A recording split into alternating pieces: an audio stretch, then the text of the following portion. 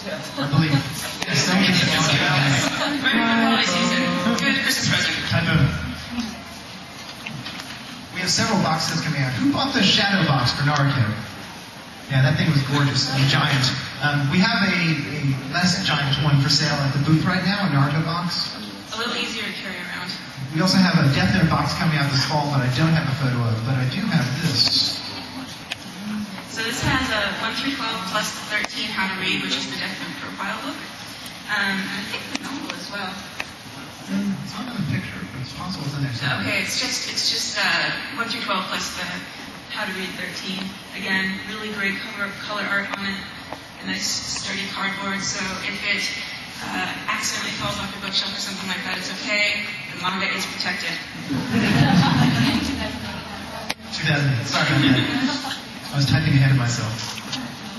I wanted to take a moment to introduce people to a new magazine. We're spending a lot of time this year talking about the 5th anniversary of our magazine, Shonen Jump. We're also spending a lot of time celebrating the 40th anniversary of Weekly Shonen Jump. Jump Square is the newest magazine in the Jump family. It's published in Japan. It's less than a year old. It's the magazine where several manga that you love are actually serialized today. Who here loves Claymore? That's where it appears. Who here loves Rosario the Vampire? That's where it appears. Jump Square is just a tremendous magazine, and it's one that you're going to get to know a lot of close relationship. It's a relationship that's often underreported because the news coverage of manga in the United States is just incredible. Sometimes I find out what I'm doing on a given day by reading about it on a blog before I even look at my schedule. In all seriousness, though, this is something that has gone underreported, and I wanted to share it with everyone because one of the exciting things about us bringing manga to America that we've been doing for so long is that we have become part of the international fan base for the manga. When a manga creator is sitting at his or her desk creating the manga, they know that they have an enormous audience in the United States. Most of what's going on, of course, is stuff from Japan coming to the United States. However, every once in a while, we get to send something back. And the editors who created Jump Square have allowed us, since the very first issue, to create something we call Baka Para. Does anyone know what that is? Idiot Paradise. That's our 2-page spread that we produced in Japanese in Jump Square every month. Sometimes it's a page, it's almost always 2 pages though. That in the upper left-hand corner is Joel Enos. You may recognize him from the Naruto panel last year. He's our Naruto editor. That's him dressed up as the ultimate Naruto fan. I think that's also his I am icon. So every month we're instructed by the editors in Japan to fill Japanese audiences in about what it is that Americans love about manga. So that lower left-hand corner is a picture of a bookstore with us sitting on, well, people like us, sitting on the floor reading manga, which seems to be the traditional manga reading format in the United States. In Japan, it's more traditional reading on a subway. In America, it's on the floor in a bookstore. On the right is a panel we call Baka-nomics, and that's where we explain what's going on in sales in America. It sounds very dry, but in fact, it's just a really fascinating thing to see what titles take off and what don't. Some manga in Japan that are huge do pretty well here. Others that do pretty well in Japan, for some reason, really hit in America, and it's very interesting how different audiences respond to different manga differently. Then, of course, you have something like Naruto or Dragon Ball or Bleach that just cuts across any sort of international date line and is just exciting to everyone. We also, here's another page. Does anyone know what this is? Yes. This is Inoue Sensei, the creator of Real, of Slam Dunk and Vagabond, in New York, in Kitakuniya. Thank you very much. In Kitakuniya, the bookstore in Bryant Park, New York, in Manhattan, he painted a beautiful mural of characters from one of his manga. We had him there, and he was just available for interviews, and it was just tremendous. We reported on it for Japan. Readers in Japan couldn't believe that a manga creator was able to take the time to come to the U.S., paint this mural, and spend the time meeting with fans and with press. The experience of watching it was once in a lifetime. It took several days, and I was able to stand there and watch him paint. We were able to reproduce that for you because the video footage of this occurring is available for viewing down at his booth. We have a huge screen this year, the biggest screen we've ever had, and it's screening lots of different things, among them being footage of Inoue himself, the creator of Slam Dunk, drawing some of his most famous characters. Now, you're probably wondering why I'm talking all about this, about Jump Square.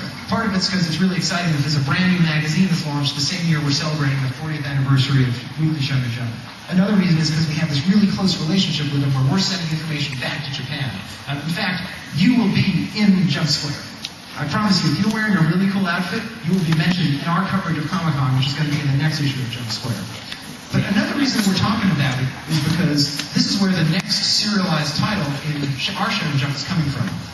It's called Tegami Bachi, and Pancha's going to talk about it a little bit. Somebody already knows the title? Sarah? Yes. Literally, it is letter B, and it's set in a world called Amberground. It's really interesting because there's only an artificial sun, and it only shines when people live. And the capital city is separated from the next ring, which is the middle-class city, by it's a huge river ocean, and you can only get there with special passports. And then the middle-class area is separated by another river ocean, and that's all the poor people live out in the utter darkness.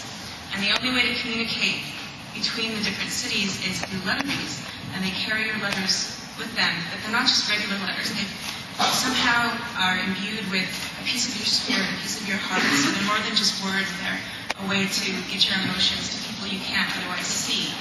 Because Amberground is also the home of giant armored insects called Gaishu, and they'll attack anyone who they find out in their territory. And they don't just eat you, they suck away your will to live by destroying your heart. So you may be walking around for a few months afterwards, but you're just slowly dying of despair. You don't eat, you don't drink. It's torture for you and anyone you care about. So in this world is Liang Xing, the guy in the lower corner there. And when you meet him, he's been staked out in the middle of Gaichu territory at like an outpost post office, and he's got a delivery slip on him. He's a letter being sent to his aunt. And a letter B named Gauche Suede is the one who picks him up. And on their journey into the middle-class realm, Gauche saves Light's life, and they become friends. And Light decides when he grows up, he's going to be a letter B too. He's going to do the same sort of heroic deeds that Gauche did. Jump forward in time, he's trained to be a letter B, and he finds out that Gauche has gone missing. So now he has an even stronger goal, is to find his hero. It's really exciting, as you can see. The color art is so gorgeous, and there's another good thing about it being Shonen Jump is you get to see all of it. So that's another really good thing.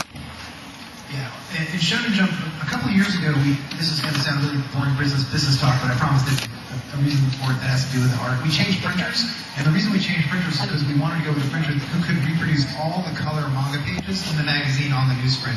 For the first year or so of Shonen Jump, we published a lot of the color pages from the manga in color, but we couldn't do all of them. But now, every single issue of Shonen Jump, if the page originally appeared in color, we publish it in color in the magazine. For example, this is that issue I told you about that has the creation of Stan Lee and Hiroyuki Takei Sensei called Ultimo. And